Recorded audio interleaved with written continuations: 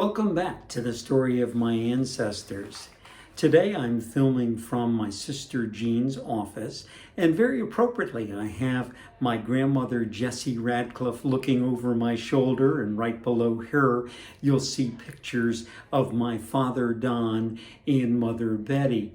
And today what we're going to talk about is a little bit about the Radcliffs in the 1950s and some of the relatives and family friends that were a part of their lives. If you remember the whiteboard series that I did, that I understand may have been a little bit difficult to read all of the names, Jessie grew up in a family of 11 total children, 3 of whom died in infancy, so 8 surviving children. We're going to focus on 3 of the sisters today and some of their children and the relationships that they had with the Radcliffs during the 1950s. We're going to start with the first major event of 1950, and that was the wedding of Frank and Jessie's son Donald to Mabel or Betty Rowley. And that wedding happened in Newington, Connecticut. And here you see Jessie dressed in a beautiful blue dress standing in downtown Newington outside of the Congregational Church where they were married. And then we have a picture at the reception of Betty and Don with Don's parents. Now, this one really does remind me of how I remember my grandfather Frank. He's kind of standing in the back. Somehow he seemed to always be following right behind. And Jessie is out front. And Frank's got that little smile, maybe, the little bit of the mischievous look. And it's much how I remember him and remember him in this photo. Now, some of you may recognize a couple of Don's groomsmen. On the far left, we have Frank Eddy. Frank Eddy was my mother Betty's first cousin, and he had purchased Rowley's Dairy from Betty's father, Harry, and renamed it Eddy Dairy that we knew growing up. And on the far right is Don's best friend, lifelong best friend, Ed Pratt, who we have shown pictures of and talked about previously. I want to talk for a minute about the gentleman that's in between Frank and my mother Betty. Les Scoville was also one of Dad's first cousins. He was the son of Anna, or known as Nan, Scoville, who was one of Jessie's sisters. Now, Les was a little bit older than Don and Ed, but he was often a companion of theirs on some of their hunting and fishing trips. Now, Les's mother, Aunt Nan, as my dad would have called her, is shown here with another of Jessie's sisters, Jen Culver. Now, these are the 2 sisters that lived in the Bristol area when Jessie moved from Massachusetts down to the Bristol-Plainville area. And she knew them well and knew the families well as Don was growing up and their kids were growing up. We see here the family tree going from Nan, or Anna Scoville, and her husband Henry through their children. Now, their children, Dad would have grown up around them, but the only 2 that my siblings and I met were Les, that I mentioned, his relationship with Dad and taking part in the wedding, and then Helen, who became Helen Gallagher. We have some photos of Helen and her children playing with our mom, Betty, and us, at least Jim and I anyway, as I remember the picture, one of those that's packed away in the boxes of photos. But I wanted to talk a moment more about Aunt Nan, as Dad would have referred to her as. I do remember growing up that we visited a few times to her apartment that she was in later years on Terryville Avenue in Bristol. It was right above the Terryville Avenue package store. Again, for those of you not from New England, those are the liquor stores here in Connecticut. And she lived in a small apartment there, and we visited on several occasions, and I think we may have also seen her at some other family gatherings. She passed away in 1965, following about a year after Jen Culver's death. And so that's why I don't have strong memories of her. And we did, as I mentioned, my parents continued to see both Les and then Helen and her family on occasion. But for whatever reason, we really didn't keep up with the Culvers after Dad's Aunt Jen's death. Here we see Jessie on the left with her sister Jen Culver on the right. And in the middle is their older sister, Mary. Now, Mary was several years older than Jessie, and she had married a man named Joseph Barnes up in Massachusetts, and they eventually settled in Everett, Mass.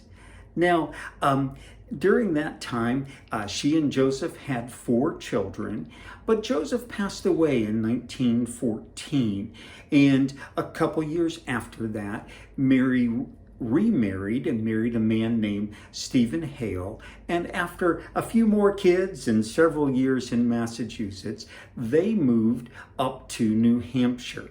Now, I wanted to focus today on Mary's oldest daughter, her firstborn, Gladys. Now, Gladys, at the time that the family moved from Massachusetts to New Hampshire, shortly after that, she moved to Bristol to be near her aunts.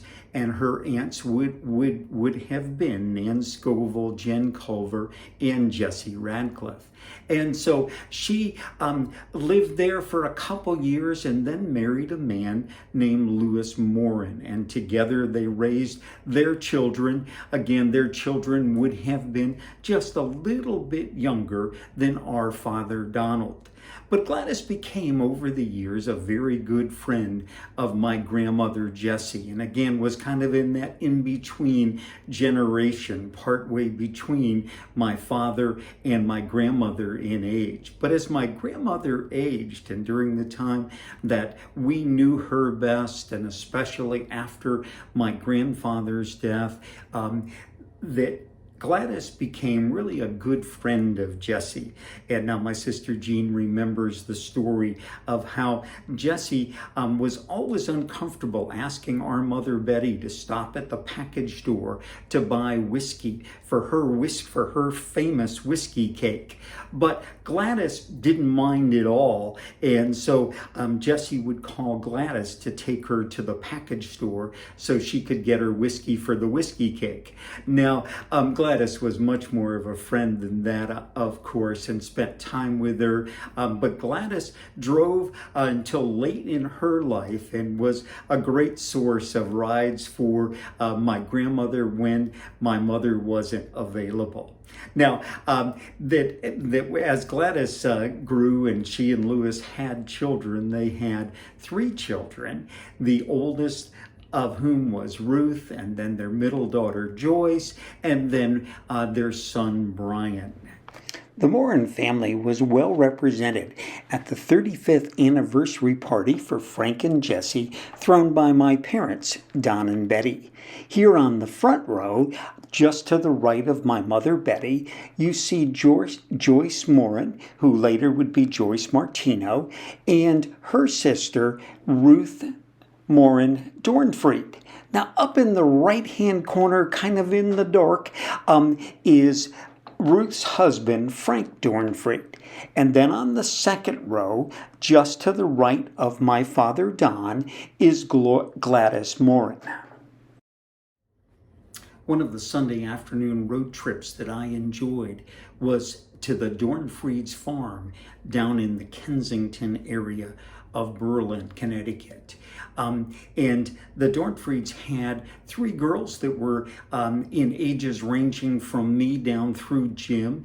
And I remember playing in their yards and either on those Sunday afternoon visits, or I think there were a few family picnics that involved some of the cousins and relatives there as well. Now, the Dornfrieds kept in touch with my parents a little bit after Jessie's death in 1986.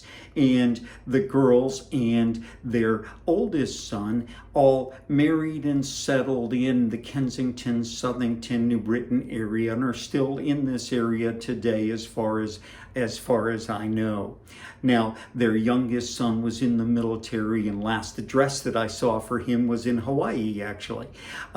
Now, we didn't know the Martinos as well. I don't remember visiting their home, but I do remember them being at the family picnics. Their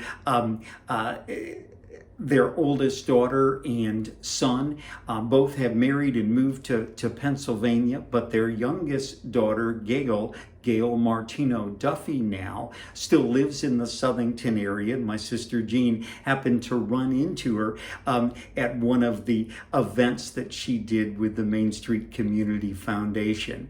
And so that's a little bit about the families on my grandmother Jessie's side that are settled in this area. We did certainly know some of the other relatives and met them on occasion, but those were the families that I remember having contact with most growing up.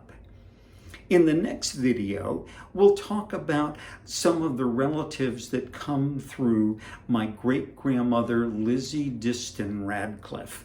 And we'll talk some about the relationship with the Distons and about both Frank and Jessie's relationship, Donald's relationship, and then our memories of those family reunions and picnics that we had up at the Joneses' house. And that's a little teaser for you in terms of how we fit in as relatives.